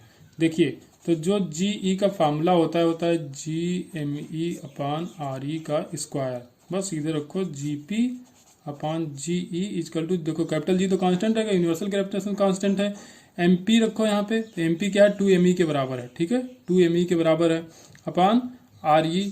तो RE क्या है, डबल था, पहले ही बता दिया था कि RP डबल है RE का, तो हो जाएगा 2RE का स्क्वायर अपान GE के लिए क्या रखोगे, ME/RE का स्क्वायर। देखिए ME और ME कैंसिल आउट हो जाएंगे, ठीक है, ME कैंसिल हो जाएगा। अब यहाँ पे जब स्क्वायर करोगे तो 4RE स्क्वायर हो जाएगा, तो RE स्क्वायर कैंसिल हो जाएगा, यहाँ पे 4 बचा रह जाएगा, ठीक है, 4 बचा रह जाएगा, और 2 से 4 को कैंसिल आउट करोगे तो 1/2 आ जाएगा। तो GP/GE का जो भी रेशियो आएगा वो हो जाएगा 1/2, या GP = GE/2। GE कितना है, 9.8 है, बाई 2 करोगे तो आ जाएगा 4.9 मीटर पर सेकेंड स्क्वायर, ठीक है। नेक्स्ट क्वेश्चन नंबर 31 है, तो इसमें आपको कह रहा है कि फोर्स एक्ट ऑन ये 30 ग्राम पार्टिकल, कोई फोर्स है जो 30 ग्राम के पार्टिकल पे लग रहा है और किस डायरेक्शन में लग रहा है। तो देखिए उसका जो पोजीशन दिया गया है तो वो टाइम के फंक्शन में दिया गया है, x = 3t - 4t² + t³, ठीक है। तो आपसे वर्क डन पूछा गया फर्स्ट 4 सेकंड में, फर्स्ट 4 सेकंड में आपको वर्क डन बताना है। तो देखिए वर्क डन सिंपली आप याद रखो, चेंज इन काइनेटिक एनर्जी होता है। तो t = 0 पे देख लो वेलोसिटी कितनी होगी, और फिर t = 4 सेकंड पे रख लो वेलोसिटी कितनी होगी, बस वहीं से आप चेंज इन काइनेटिक एनर्जी निकालो, आपका वर्क डन निकल के आ जाएगा। लेकिन आपको दिया गया पोजीशन, ठीक है, वेलोसिटी दी नहीं गई तो इसको डिफरेंशिएट कर लो। तो dx/dt जब करोगे तो ये हो जाएगा 3 - 8t + 3t², ठीक है, ये आ गई आपकी वेलोसिटी का फार्मूला। एट t = 0 जो भी वेलोसिटी आएगी, यहाँ 0 रखोगे, यहाँ 0 रखोगे, t की वैल्यू तो ये 0 हो जाएगा, तो आ जाएगा 3 मीटर पर सेकंड। एट t = 4 सेकंड पे जब वेलोसिटी देखने जाओगे तो यहाँ पे तो 3 रहेगा, -8 × 4 करोगे तो हो जाएगा 32, और +8 का नहीं 4 सेकंड है ना, तो 4 का स्क्वायर करोगे तो आ जाएगा 16 × 3 करोगे आ जाएगा 48। तो जब इसको आप सॉल्व करोगे तो ये निकल के आएगा 19 मीटर पर सेकंड, ठीक है, ये आ गई फाइनल वेलोसिटी 4 सेकंड पे। बस चेंजिंग काइनेटिक एनर्जी निकालना है, तो सीधे करो हाफ m की वैल्यू, m आपको 30 ग्राम दिया गया है, ठीक है, तो 30 × 10⁻³ कर लो, ये किलोग्राम में आ जाएगा, और हाफ m v स्क्वायर करना है ना, तो अब 19 का स्क्वायर -3 का स्क्वायर, ठीक है, इसको सॉल्व करो, आराम से आपका आंसर निकल के आ जाएगा 5.28 जूल, ठीक है, वर्क डन कितना हो जाएगा 5.28 जूल।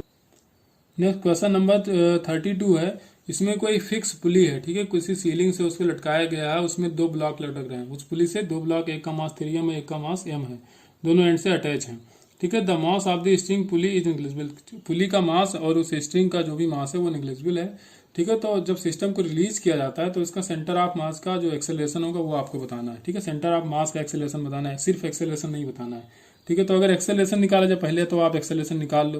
तो एक्सेलरेशन क्या होता है, F नेट अपान टोटल m। F नेट कितना हो, देखिए 3mg ये नीचे की तरफ लगेगा, तो ये हो जाएगा 3mg - 2mg ऊपर की, ये भी नीचे की तरफ लगेगा, तो ये इसका अपोज करेगा, इसको नीचे जाने से रोकेगा, लेकिन नीचे जाएगा क्योंकि इसका मास ज्यादा है तो ये नीचे जाएगा, ठीक है। तो यहाँ हो जाएगा -mg अपान टोटल m कितना हो जाएगा, ये m + m, 3m + m हो जाएगा 4m, ठीक है। तो ऊपर क्या हो जाएगा 4mg और नीचे हो जाएगा 4m, तो सीधे निकल के आ जाएगा g।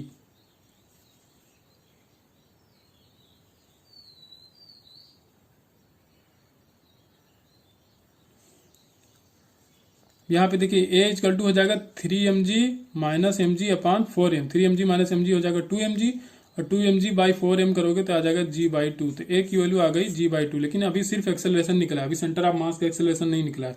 अगर सेंटर ऑफ मास का एक्सेलरेशन निकालना है तो m1 करो, तो m1 मतलब 3m, और a1 इसका एक्सेलरेशन कितना है, एक्सेलरेशन दोनों पार्टिकल का सेम ही है, दोनों मास का पार्टिकल एक्सेलरेशन जो भी होगा g/2 होगा, और माइनस M2 A2 कितना हो जाएगा, यही हो जाएगा G/2 अपान M1 प्लस M2 करोगे तो ये हो जाएगा 4M। ठीक है, यहाँ से आ जाएगा आपका G/4। तो एक्सेलेरेशन जो भी आएगा ACM सेंटर ऑफ मास का जो एक्सेलेरेशन होगा M1 A1 minus M2 A2 अपान M1 प्लस M2। ठीक है,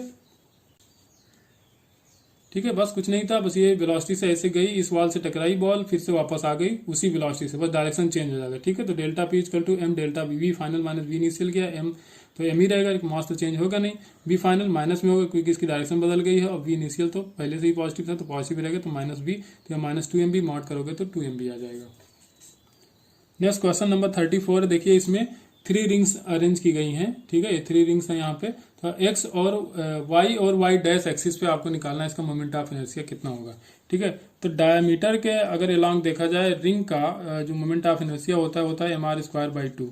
ठीक है, डायमीटर के अलोंग क्या होता है mr²/2। अगर सीधे यहाँ से पूछा जाता है, ठीक है, इस एक्सिस से पास हो रही थी प्लेन के परपेंडिकुलर, तो सीधे mr² हो जाता है, लेकिन यहाँ पर पैरेलल एक्सिस थ्योरम लगाओगे, परपेंडिकुलर एक्सिस थ्योरम लगता है यहाँ पे, तो क्या आता है mr²/2 आता है। ठीक है, अब देखो इस पे क्या होगा, तो यहाँ से कितना हो रहा है mr²/2, तो यहाँ से तो पास हो नहीं रहा है, इसके रिम से पास हो रहा है, तो बस इसमें mr² और ऐड कर दो, तो mr² प्लस mr²। ठीक है, इसमें क्या लगा पैरेलल एक्सिस थ्योरम, तो यहाँ से हो जाएगा 3mr²/2, लेकिन अब 2 हैं। ठीक है, सेम ही है ना, ये भी सेम ये भी सेम। अब देखिए यहाँ पे R और M हम यूज कर रहे हैं, लेकिन क्वेश्चन में आपको दिया गया कि मास P है और इसका जो भी रेडियस है वो Q है, तो आंसर लिखते समय हम चेंज कर लेंगे। ठीक है, क्योंकि ये फ्लो में रहता है ना MR, तो इसीलिए हम इसको MR के फॉर्म में लगा दें, बाकी ऑप्शन में चेंज कर लेंगे।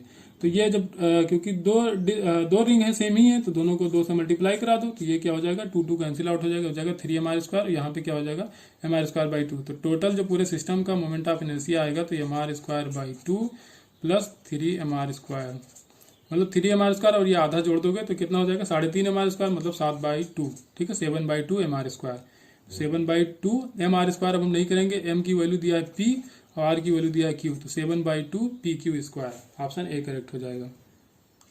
नेक्स्ट क्वेश्चन नंबर 35 यहाँ पे है, देखिए कोई बुलेट है जिसका मास स्मॉल m है और इनिशियल स्पीड v1 है। ये इस मास जो कैपिटल M है यहाँ से ये सीलिंग से किसी सीलिंग से हैंग कर रहा है, तो इसमें आकर टकराती है और इसी में एम्बेडेड हो जाती है। ठीक है, ये बुलेट इसी में एम्बेडेड है और फिर ये इसको y हाइट तक ऊपर ले जाती है। ठीक है, y हाइट तक ऊपर ले जाती है, तो इनिशियल वेलोसिटी आपको बताना है कि कितनी थी। ठीक है, बुलेट का इनिशियल वेलोसिटी बताना है, तो पहले आप क्या करो, कोलिजन से इसको पहले इसका मोमेंटम इक्वल करो, तो m1v1 करोगे, m1v1 equal to m2v2, m2 कितना हो जाएगा भाई m प्लस m हो जाएगा, क्योंकि इसी ब्लॉक में ये बुलेट भी धंस गई है। ठीक है, इंटू v2 करोगे, तो अब यहाँ से v2 की वैल्यू अगर निकालोगे तो आ जाएगा mv1 अपान m प्लस m, ये आ जाएगा v2। अब यहाँ से क्या करना है हमको, अब यहाँ पर जो काइनेटिक एनर्जी होगा वही यहाँ पे पोटेंशियल एनर्जी में चेंज हो जाएगा, तो यहाँ इस पॉइंट की काइनेटिक एनर्जी यहाँ पोटेंशियल एनर्जी में चेंज हो रही है, तो हाफ m कितना रखोगे m plus m v², v की जगह ये v2 का स्क्वायर रखोगे। ठीक है, तो पहले हम v2 का स्क्वायर कर रहे हैं इक्वल टू mgh, m कितना m प्लस m gh। ठीक है, यहाँ पे mgh भी कर लोगे, ये यहाँ आगे लिख देते हैं m प्लस m gh। ठीक है, इस पॉइंट का काइनेटिक एनर्जी कितना हो जाएगा हाफ m v² की जगह ये रखना है आपको mv1 अपान m प्लस m, तो यहाँ पे रखो, फिर से अगर वैल्यूज रख के हम सॉल्व करते हैं तो ये निकल के आ जाएगा half m plus m, v² की जगह क्या रखोगे m v1 upon m plus m का square equal to m plus m gh। ठीक, जो कैंसिल आउट हो रहा है उसको कैंसिल करो, m कैंसिल हो जाएगा। ठीक है, अब यहाँ पे क्या बचा रहेगा gh, इधर ले आओगे तो 2gh हो जाएगा, इस 1/2 को इस तरफ लाओगे तो ये हो जाएगा 2gh। ठीक है, 2gh, और यहाँ m प्लस m भी ऊपर चला जाएगा और m भी इसके नीचे चला जाएगा, केवल हमको v निकालना है। ठीक है, तो थोड़ा सा अगर इसको ऊपर शिफ्ट कर लिया जाए तो यहाँ पे जो भी v1 बचेगा इस तरफ v1 बचेगा। ठीक है, या v1² मान लो, v1² बच रहा है, और यहाँ पे बाकी क्या बच रहेगा m upon m plus m का भी स्क्वायर बचेगा, तो इस तरफ क्या बचा था पहले ही 2gh, और यहाँ ऊपर जाएगा m plus m upon m का होल स्क्वायर, तो यहाँ से जब स्क्वायर हटाओगे तो इस पे रूट लग जाएगा, स्क्वायर हट जाएगा, बस क्या हो जाएगा √2gh m plus m upon m। तो ऑप्शन यहाँ पे पहला सही हो जाएगा, v1 equal to m plus m upon m √2gh। तो h की जगह y लिख लो आप, क्योंकि y हाइट तक राइज हुआ है तो y लिख सकते हो, कोई दिक्कत नहीं, इतना तो चलता है। नेक्स्ट क्वेश्चन नंबर 36 है। इसमें कहा गया कोई पार्टिकल सर्कुलर पाथ में मूव कर रहा है कांस्टेंट स्पीड से। तो इसमें कह रहा है acceleration of the particle is constant in, किस में कांस्टेंट रहेगा, मैग्नीट्यूड डायरेक्शन दोनों की, सिर्फ और सिर्फ मैग्नीट्यूड। तो देखिए वेलोसिटी का डायरेक्शन ऑलवेज चेंज होता है। सर्कुलर पाथ में जब कोई पार्टिकल मूव करता है तो वेलोसिटी का डायरेक्शन चेंज होता रहता है। स्पीड भले सेम रहे लेकिन जो भी आपका वेलोसिटी होगा उसकी डायरेक्शन चेंज होगी, तो एक्सेलरेशन का भी डायरेक्शन लगातार चेंज होता रहेगा। तो सिर्फ और सिर्फ इसका मैग्नीट्यूड जो होगा वो कांस्टेंट रहेगा। ठीक है, तो मैग्नीट्यूड कांस्टेंट रहेगा, ऑप्शन ए सही हो जाएगा यहाँ पे। क्वेश्चन नंबर 37 इसमें कहा गया है check up the only correct statement in the following. 4 following option दिए गए इसमें करेक्ट स्टेटमेंट ढूंढना है। पहला स्टेटमेंट है a body has constant velocity and still it can have varying speed. नहीं, जब अगर वेलोसिटी कांस्टेंट तो वेलोसिटी में मैग्नीट्यूड और डायरेक्शन दोनों होता है। तो वेलोसिटी अगर कांस्टेंट होगी तो मैग्नीट्यूड और डायरेक्शन दोनों कांस्टेंट होगा, तो स्पीड को मस्ट कांस्टेंट होना ही पड़ेगा। तो यहाँ पे स्पीड वेरिंग नहीं हो सकती, ये ऑप्शन गलत हो जाएगा। बी ऑप्शन देखते हैं, a body has a constant speed, speed constant है but it can have varying velocity. बिल्कुल हो सकता है, सर्कुलर पाथ में अगर कोई पार्टिकल मूव कर रहा हो, अभी हमने देखा था किसी सर्कुलर पाथ में अगर कोई पार्टिकल मूव कर रहा है तो उसकी स्पीड भले कांस्टेंट है, ठीक है, लेकिन वेलोसिटी उसकी चेंज हो रही है, लगातार डायरेक्शन ही चेंज हो रहा है, कुछ और नहीं चेंज होगा तो डायरेक्शन ही चेंज होगा। मैग्नीट्यूड अगर नहीं भी बदलेगा तो डायरेक्शन चेंज होगा। तो ये ऑप्शन, ये जो भी स्टेटमेंट है ये करेक्ट हो जाएगा, बी। सी भी देख लेते हैं, a body having constant speed can not have any acceleration. क्यों नहीं हो सकता, स्पीड कांस्टेंट है तो ये जरूरी थोड़ा ना कि उसकी वेलोसिटी भी कांस्टेंट हो। अगर वेलोसिटी उसकी चेंज हो रही तो एक्सेलरेशन भी चेंज हो रहा होगा। ठीक है, तो ये ऑप्शन गलत हो जाएगा। डी ऑप्शन है, a body in motion under a force acting upon it must always have work done up it. नहीं, कोई जरूरी नहीं है कि उसमें फोर्स लगा तो वर्क डन होगा। सर्कुलर पाथ में मूव रहा है, जब तक डिस्प्लेसमेंट ही नहीं होगा तब तक वर्क डन होने का कोई सवाल ही नहीं उठता। ठीक है, तो ये भी गलत ऑप्शन है आपका। तो बी यहाँ पे सही हो जाएगा कि अगर बॉडी के पास कांस्टेंट स्पीड है तो उसकी वेलोसिटी कांस्टेंट हो भी सकती है और नहीं भी हो सकती है। बी ऑप्शन यहाँ पे करेक्ट हो जाएगा।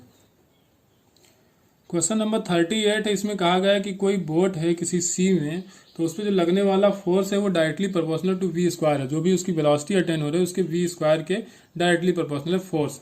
तो अब इसमें कह रहा था कि पहले जब उसकी वेलोसिटी वी थी तो उसमें पावर लग रहा था 24 हार्स पावर का। ठीक है, 24 हार्स पावर उसमें पावर लग रहा था। तो कह रहा अगर उसकी स्पीड को डबल कर दिया जाए, उसी वेलोसिटी को अगर डबल कर दिया जाए तो पावर कितना होगा। तो पावर का फॉर्मूला होता है F into V, P equal to F into V होता है। एफ किसके प्रोपोर्शनल है, वी स्क्वायर के, तो एफ की जगह वी स्क्वायर रख लो और वी पहले से था तो पी डायरेक्टली प्रोपोर्शनल हो जाएगा वी क्यूब के।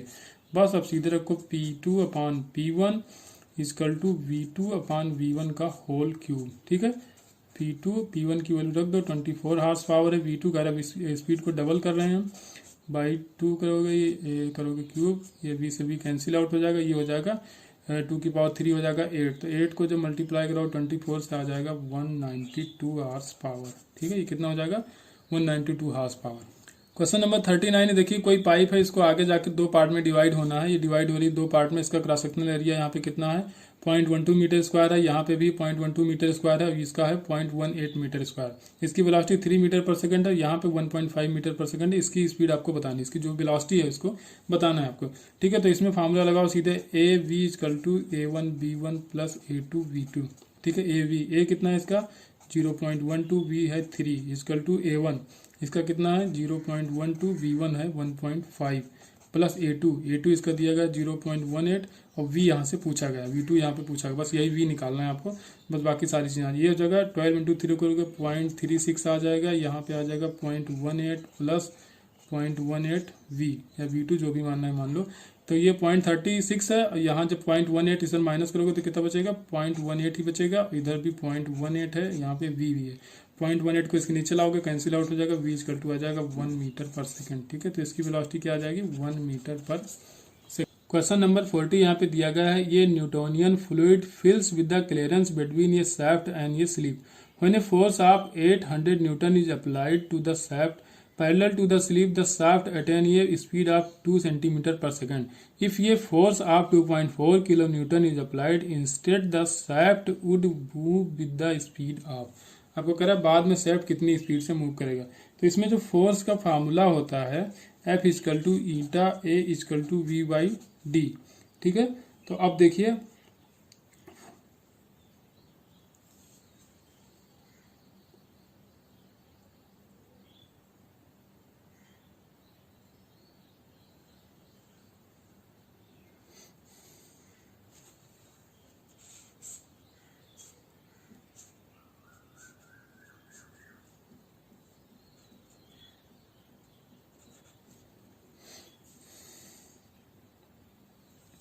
तो अब देखिए यहाँ पे एफ हो जाएगा डायरेक्टली प्रोपोर्शनल टू वी, क्योंकि डी होता है यहाँ पे कांस्टेंट, ईटा भी कांस्टेंट था, ए भी कांस्टेंट है।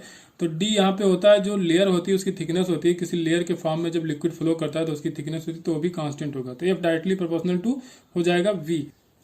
अब इसको आप सॉल्व करोगे तो करोगे V2 by V1 is equal to F2 upon F1। ठीक है, तो V2 निकालना है, V1 है आपका 2 सेंटीमीटर पर सेकंड, F2 है 2400 न्यूटन, F1 है 800 न्यूटन। 800 से 24 को डिवाइड करोगे आ जाएगा 3, तो ये हो जाएगा V2 इजकल टू 6 सेंटीमीटर पर सेकंड। ठीक है, 6 सेंटीमीटर पर सेकंड आएगा, 2 सेंटीमीटर पर सेकंड में दिया था तो 6 सेंटीमीटर पर सेकंड हो जाएगा। बस यही फार्मूला आपको याद रखना है, F equal to eta A B by D.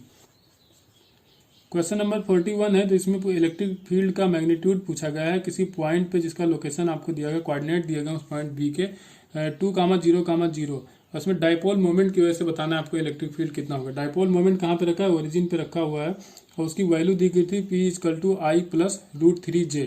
तो आई अब ये एक्स एक्सिस पे हो जाएगा और √3J हो जाएगा वाई एक्सिस पे। तो दो डाइपोल हम मान लेते हैं कि एक एक्स एक्सिस पे है, एक वाई एक्सिस पे है। तो एक्स एक्सिस पे P1 हो जाएगा और वाई एक्सिस पे P2 हो जाएगा।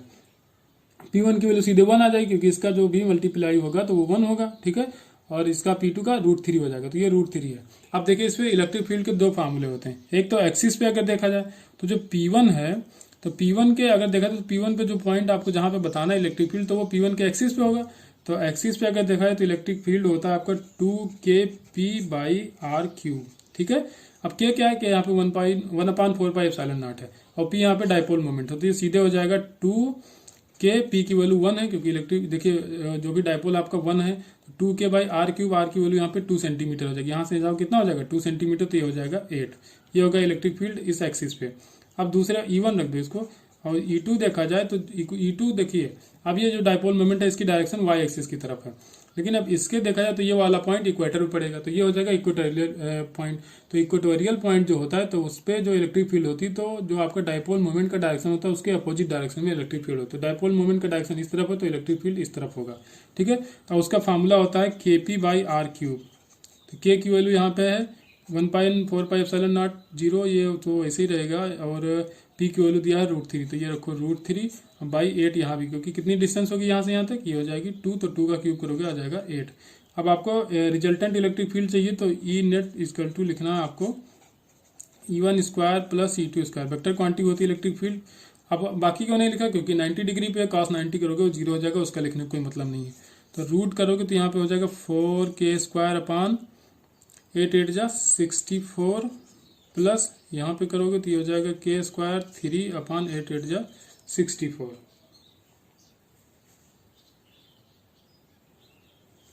ठीक है, अब इसमें हमको क्या करना है, 64 को कॉमन ले आओगे तो बाहर 1/8 निकल के आ जाएगा, और ये 4k² और ये हो जाएगा k² और 3, तो ये हो जाएगा 7k²। ठीक है, तो √7 और k² रूट के बाहर आ जाएगा, तो यही निकल के आ जाएगा 1/8 √7k। नेक्स्ट क्वेश्चन नंबर 42 है, इसमें आपको पोटेंशियल एनर्जी दिया गया है पोजीशन के फॉर्म में, Ux equal to U0 bracket of 1 minus cos ax, where U0 and ax are positive constant. इसमें U0 और a जो है वो पॉजिटिव कांस्टेंट है, आपको टाइम पीरियड बताना है। ठीक है, तो पहले फोर्स निकालिए, तो फोर्स क्या होता है -du/dx, तो -du/dx जब करोगे तो माइनस बाहर लिख लो, और इसको u को इनसाइड मल्टीप्लाई करा, लेकिन u कांस्टेंट है तो इसका हो जाएगा 0, और -u cos ax का हो जाएगा -u, तो ऐसे ही रह जाएगा, और cos ax का हो जाएगा sin ax, cos का होता है माइनस साइन होता है, तो -sin ax, और फिर से ax का करोगे तो a हो जाएगा। ठीक है, तो माइनस माइनस प्लस, बाहर फिर से माइनस, तो माइनस रह जाएगा। तो f इक्वल टू आ जाएगा सीधे U0 a sin ax, ये आ गया आपका f निकल के, f equal to minus of U0 a sin ax। लेकिन यहाँ पे अगर स्मॉल ऑसिलेशन देखा जाए तो साइन थीटा जब बहुत स्मॉल होता है ना, तो साइन थीटा की वैल्यू थीटा के बराबर ही हो जाती है, तो यहाँ पे f निकल के आ जाएगा आपका -U0 a इंटू ax, तो ये निकल के आ जाएगा -U0 a² x। बस आपको टाइम पीरियड चाहिए, तो t इक्वल टू 2πm/k होता है, लेकिन k क्या होता है फोर्स कांस्टेंट, तो जो भी कांस्टेंट वैल्यू हो बस उसको k की जगह लिख दो, तो ये हो जाएगा U0 a²। ऑप्शन आपका सही हो जाएगा यहाँ पे D, t equal to 2πm/U0 a²। बस यहाँ पे जब भी टाइम पीरियड निकालना हो t इक्वल टू 2π/m/k, और k क्या होता है जो कांस्टेंट वैल्यू होती है, f directly proportional to k होता है। ठीक है, तो जो कांस्टेंट वैल्यू होती है उसी को लिख दिया जाता है, बस आपका टाइम पीरियड निकल के आ जाता है। क्वेश्चन नंबर 43 देखिए, ये मासलेस स्ट्रिंग्स हैं, यहाँ पे मास बने हुए हैं, ठीक है, ये मास है, ये भी मास है, ये भी मास है, ABC पॉइंट है, इक्विलैटरल ट्रायंगल के फॉर्म में है। तो यहाँ पे आपसे पूछा गया है कि B और C के बीच कितना टेंशन होगा, ठीक है।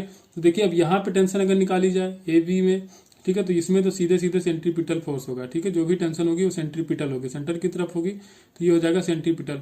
अब जो टेंशन यहाँ पे लगेगा, जैसे T2 यहाँ पे टेंशन लग रही है, तो इसमें दोनों तरह का टेंशन होगा, ठीक है, टेंजेंशियल भी होगा और रेडियल भी होगा, मतलब सेंट्रीपिटल फोर्स भी लगेगा यहाँ पे और टेंजेंशियल भी लगेगा। इसका कंपोनेंट करो तो ये क्या हो जाएगा, सेंट्रीपिटल हो जाएगा और ये हो जाएगा आपका टेंजेंशियल।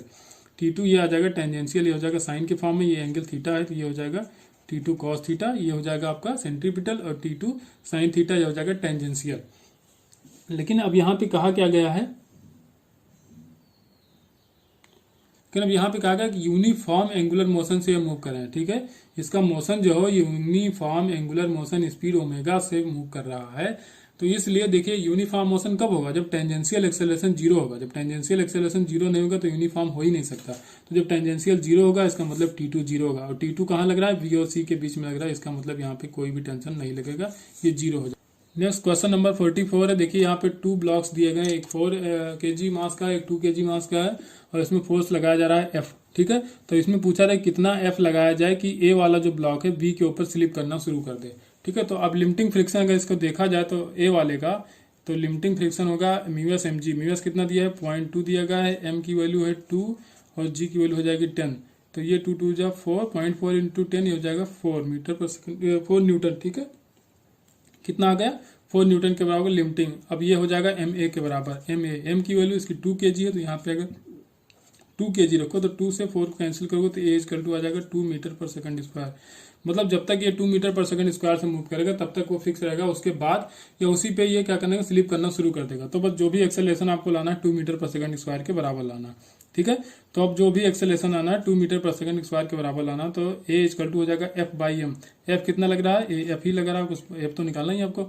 अब माइनस कितना करोगे, तो माइनस जो इसका काइनेटिक एनर्जी का फ्रिक्शनल फोर्स है, ठीक है, Fk, ठीक है, Fk जो है फ्रिक्शनल फोर्स है वो अपोजिट डायरेक्शन में लगेगा, क्योंकि ये आगे जाना चाहेगा और इसका जो भी फ्रिक्शन होगा इसको पीछे धकेलना चाहेगा, तो इसका जो भी ये है तो इसको माइनस कर दो, तो ये भी म्यूएस mg हो जाएगा, म्यू के mg हो जाएगा, क्योंकि ये काइनेटिक फ्रिक्शन है, तो ये हो जाएगा 0.4।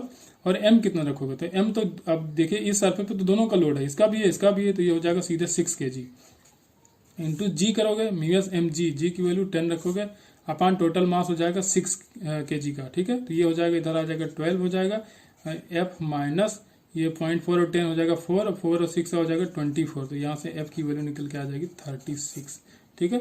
आपके एनटी वाले में बहुत बड़ा सोल्यूशन दिया, पता नहीं क्या क्या करा है, मुझे नहीं समझ में आया, मुझे तो ऐसे समझ में आता है, और ये ज़्यादा अच्छा भी है और स्टेप भी इसमें कम है, तो यहाँ आ जाएगा 36 न्यूटन। मूव करते हैं नेक्स्ट क्वेश्चन पे, लास्ट क्वेश्चन ये आपका है। नेक्स्ट क्वेश्चन नंबर 45 है, in alpha decay the kinetic energy of the alpha particle is 48 mega electron volt and Q of the reaction is 50 mega electron volt. The mass number of the mother nucleus is, ठीक है, mother nucleus का mass आपको बताना है, assuming that the daughter nucleus is the ground state, ठीक है। तो आपको यहाँ पे क्या करना है,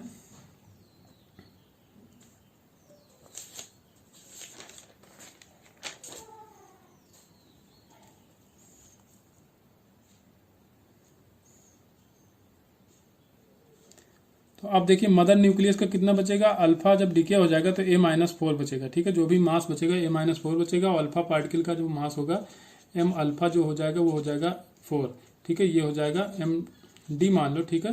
तो अब देखिए अब इसमें क्या करना है हमको, कंजर्वेशन ऑफ मोमेंटम लगाना है, ठीक, कंजर्वेशन ऑफ मोमेंटम अगर लगाओगे तो काइनेटिक एनर्जी के फॉर्म में देखा जाए तो K अल्फा अपान KD अगर करोगे डॉटर न्यूक्लियस का, तो देखिए K की वैल्यू होती है P² यहीं से लगाओ, तो P² अपान 2m की वैल्यू कितनी है 4 है, ठीक है, अल्फा के लिए 4 है, अपान P² 2 इंटू m की वैल्यू है A-4, ठीक है, जो कैंसिल हो रहा है कैंसिल करो, इसको स्क्वायर के 2 से 2 कैंसिल हो जाएगा, तो यहाँ से निकल के आ जाएगा आपका K अल्फा इजकल टू, यहाँ पे आ जाएगा ये A-4 ऊपर चला जाएगा, A-4 upon 4 alpha by D, alpha by KD, या KD की वैल्यू देखा जाए तो यहाँ से निकल के आ जाएगी 4K अल्फा A-4, ये आ गया आपका KD की वैल्यू निकल के।